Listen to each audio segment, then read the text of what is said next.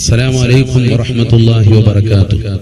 الحمد لله رب العالمين والصلاة والسلام على أشرف المخلوقين وآل كل والصحابة أجمعين. أما بعد. പ്രിയമുള്ള മുഅ്മിനീങ്ങളെ, സത്യവിശ്വാസികളെ, പരിശുദ്ധമായ റമദാനിലെ 13ാമത്തെ സുദിനത്തിൽ അല്ലാഹുവിന്റെ പ്രീതി കാംക്ഷിച്ചുകൊണ്ട് നാം നിലകൊള്ളുകയാണ്.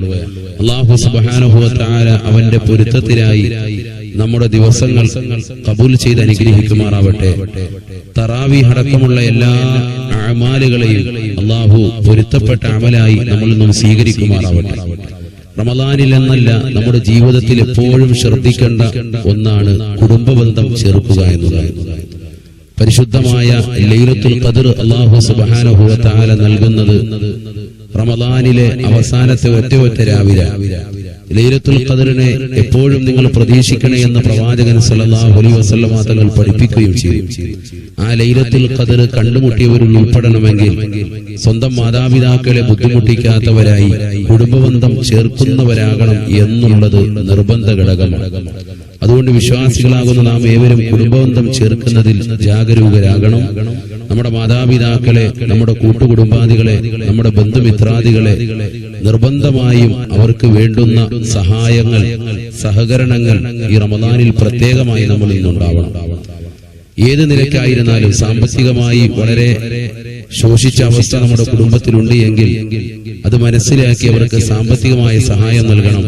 ഭക്ഷണം കൊണ്ട് ബുദ്ധിമുട്ടുന്നവരാണ് എങ്കിൽ, പ്രയാസം അനുഭവിക്കുന്നവരാണ് എങ്കിൽ, ദാരിദ്ര്യത്തിൽ കഴിയുന്ന അത്തരത്തിലുള്ള ആളുകൾക്ക് ഭക്ഷണം നൽകി, നോമ്പുതുറ സൽക്കാരം നൽകി അവരെ സന്തോഷിപ്പിക്കുകയും ചെയ്യൽ അനിവാര്യ ഘടകമാണ്. നബി സല്ലല്ലാഹു അലൈഹി വസല്ലം തങ്ങളുടെ അടുക്കൽ ഒരു സഹാബി വന്നുകൊണ്ട് ചോദിക്കുകയാണ്, അല്ലാഹുവിന്റെ റസൂലേ, ഇന്നി അസിലു വയഖതഊൻ, എനിക്ക് ഏറ്റവും അടുത്ത കുടുംബാദികളുണ്ട്. ഞാൻ അവരെ കുടുംബബന്ധം ചേർക്കുമ്പോൾ അവർ കുടുംബബന്ധം മുറിച്ചുകൊണ്ട് എന്നിൽ നിന്ന് അകലുകയാണ്.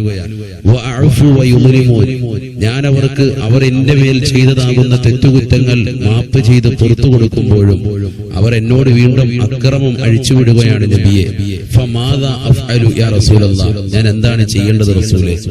അല്ലാഹുവിന്റെ റസൂൽ സല്ലല്ലാഹു അലൈഹി വസല്ലം തങ്ങൾ അതിന് മറുപടി നൽകിയത്, നിന്റെ കുടുംബക്കാർ, നിന്റെ ഏറ്റവും അടുത്തതാകുന്ന നിന്റെ കുടുംബക്കാർ നിന്നോട് ബുദ്ധിമുട്ടുകളും പ്രയാസങ്ങളും അഴിച്ചുവിട്ടാലും നീ അവരോട് മാന്യമായ രീതിയിൽ വർത്തിക്കുക, നീ അവർക്ക് നന്മ ചെയ്യുക, ഒരിക്കലും അവരെ നീ ഉപേക്ഷ വെക്കരുത് എന്ന് നബി സല്ലല്ലാഹു അലൈഹി വസല്ലം തങ്ങൾ അരുൾ ചെയ്യുകയാണ്.